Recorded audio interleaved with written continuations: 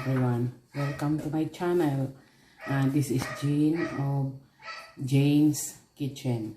Ngayon magluluto tayo magbibake ako ng cinnamon roll. Every time na pupunta tayo sa mall, naamoy natin yung mabangong cinnamon. Parang nagki-crave tayo we wanted to eat. So gagawin natin siya today. Let's get started. We have here 800 grams of all-purpose and bread flour. To that, I will be adding the instant dry yeast.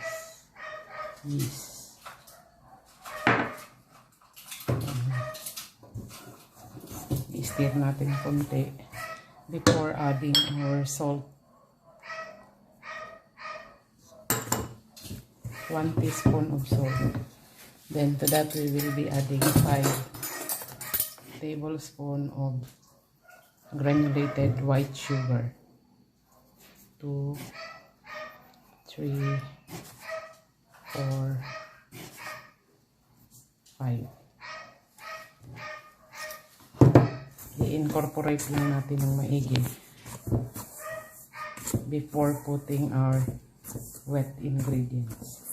Kung ihahalo sa wet ingredients is the 2 eggs.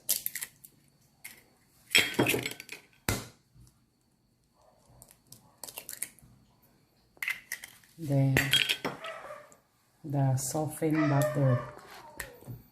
This is 120 grams of butter.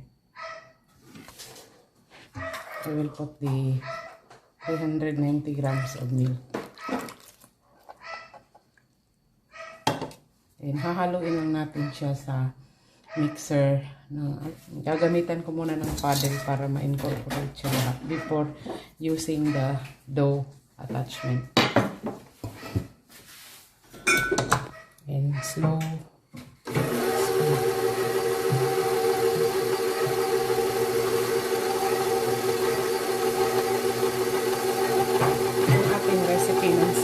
Cinnamon roll. Hindi siya mahirap. This is the easiest way of doing your favorite cinnamon roll.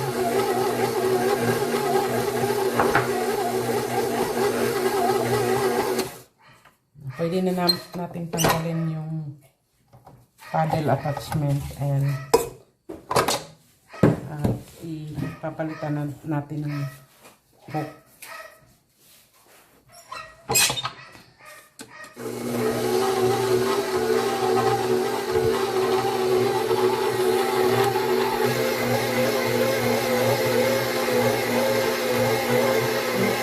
Natin until magiging glossy siya.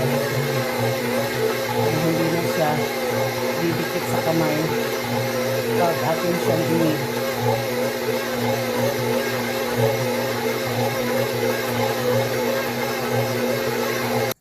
Kung napapansin nyo, hindi siya gaanong dumidikit sa tabi ng bowl. Guys, do not attempt to put more flour to these ingredients because masisira nyo yung softness ng dough nyo. Kung wala naman kayong mixer, pwede nyo naman siya by hand. Maganda ang recipe na ito kasi hindi nyo siya kailangan i-knead ng matagal.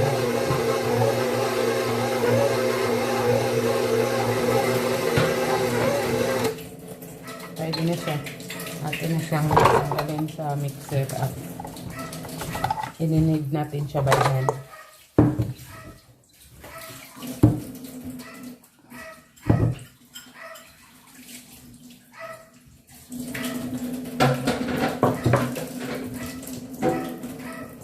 Pwede naman siyang dito na lang sa loob. Pero gusto ko lang makita ninyo kung paano siya ka-soft yung dough niya. Yet hindi siya dumidikit sa kamay. At hindi ako nag-add ng flour.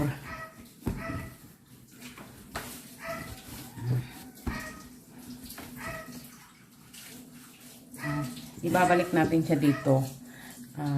Atin siyang i-rest for around mga 15 minutes.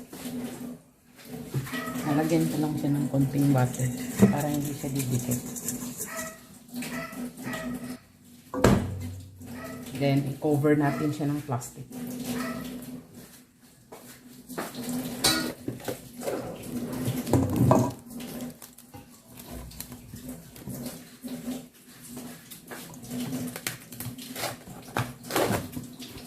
Leave this for 15 to 20 minutes bago natin siya i-roll out later on.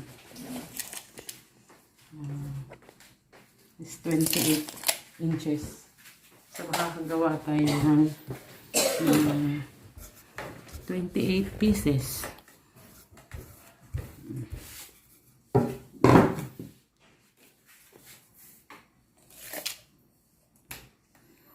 Then, 11 and a half. Okay lang siya. Or, gawin yung 12.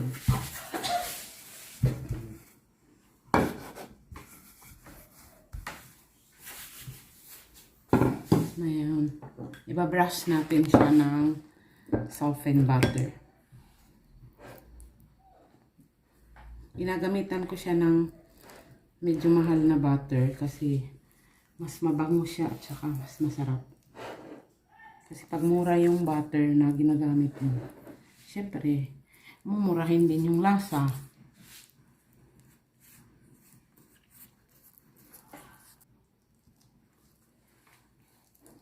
Mas masarap. Mas buttery. Okay.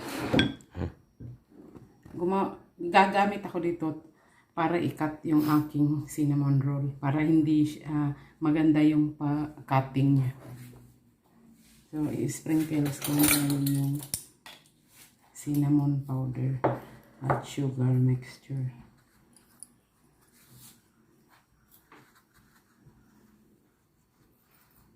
Damihan natin siya para masarap.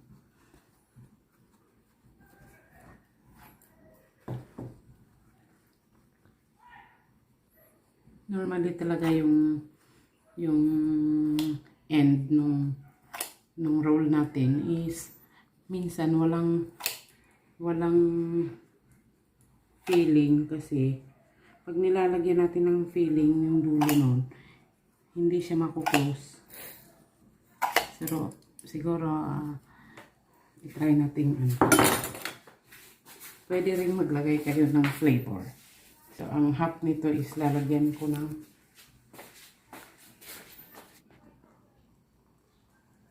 ang half lang, hindi lahat. Kasi meron din naman tao na hindi gusto yung chocolate. At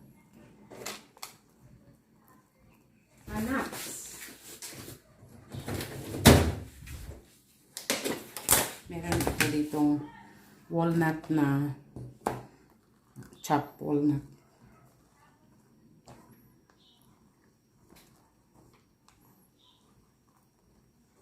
Para masarap, mas marami.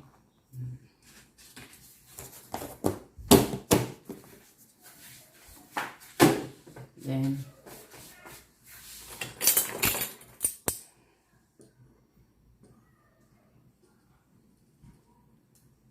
para magdikit siya. So, i-roll ko na. Kailangan may pasensya sa pag-roll para maganda yung kanyang kakalabasan.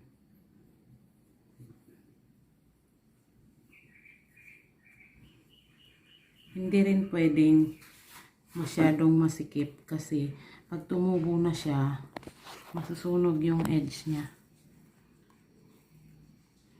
Tama lang.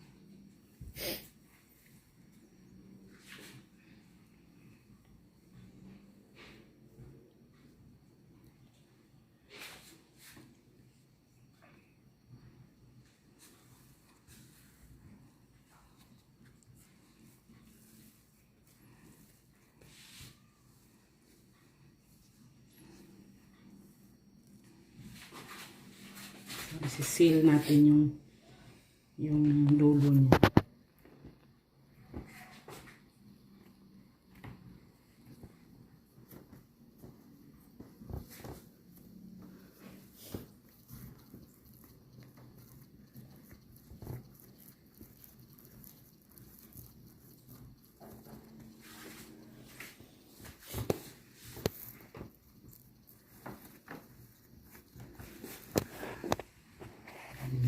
Bilog na siya. Pag napapansin nyo, itong bandang ito is bigger than the other side dahil ito walang palaman. Ito walang palaman, ito ang may palaman. So,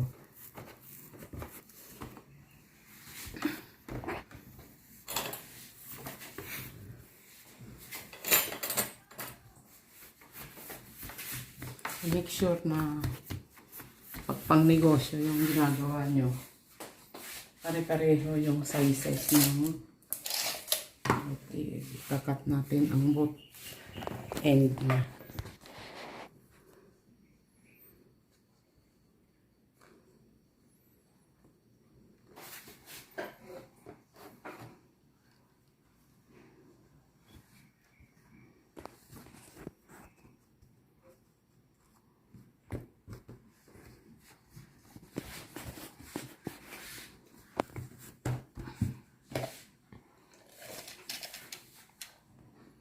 So, meron tayong 25 inches.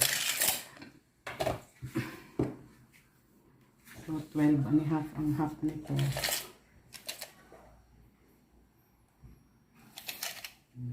Hanggang dyan.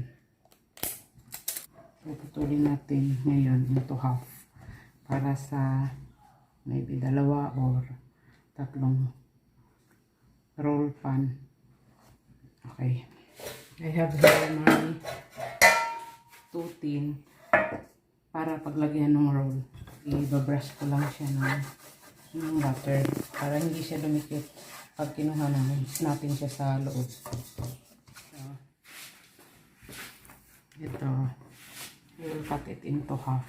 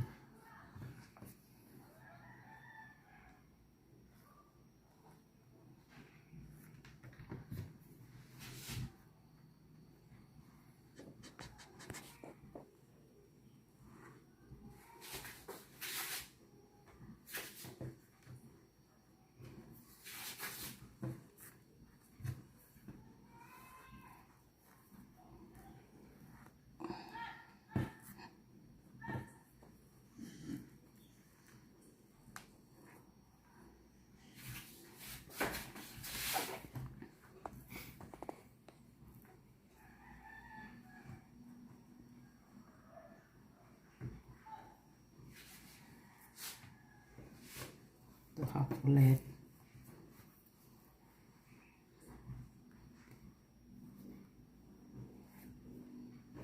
Tapos 3 each.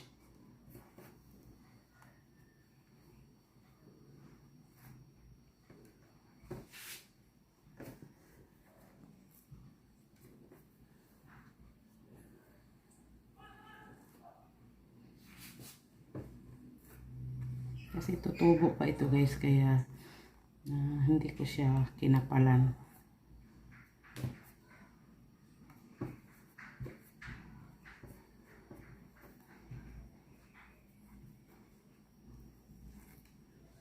Okay. I-arrange natin ngayon dito sa pan natin.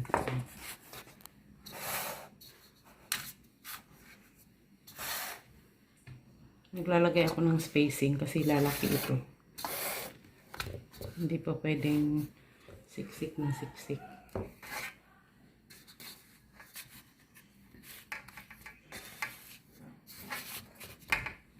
Lahat pa tayong isa. At saka sa middle. So, 2, 4, 6, 8. 8 sa isang tin. After nyo magawa itong ganito na siya, ipapa-rice nyo siya ng 1 to 2 hours until double in volume. Now it's ready to bake. I will pop this in the oven for 20 to 25 minutes for around 350 degrees. After 20 minutes in the oven, I take it out, and this is the cinnamon roll looks like. Then I bought some cream cheese style icing of Betty Crocker to put on top, because this is cheap right now, so that's why I did not make our own frosting, because I wanted to try this one. I just put it on top, then spread it.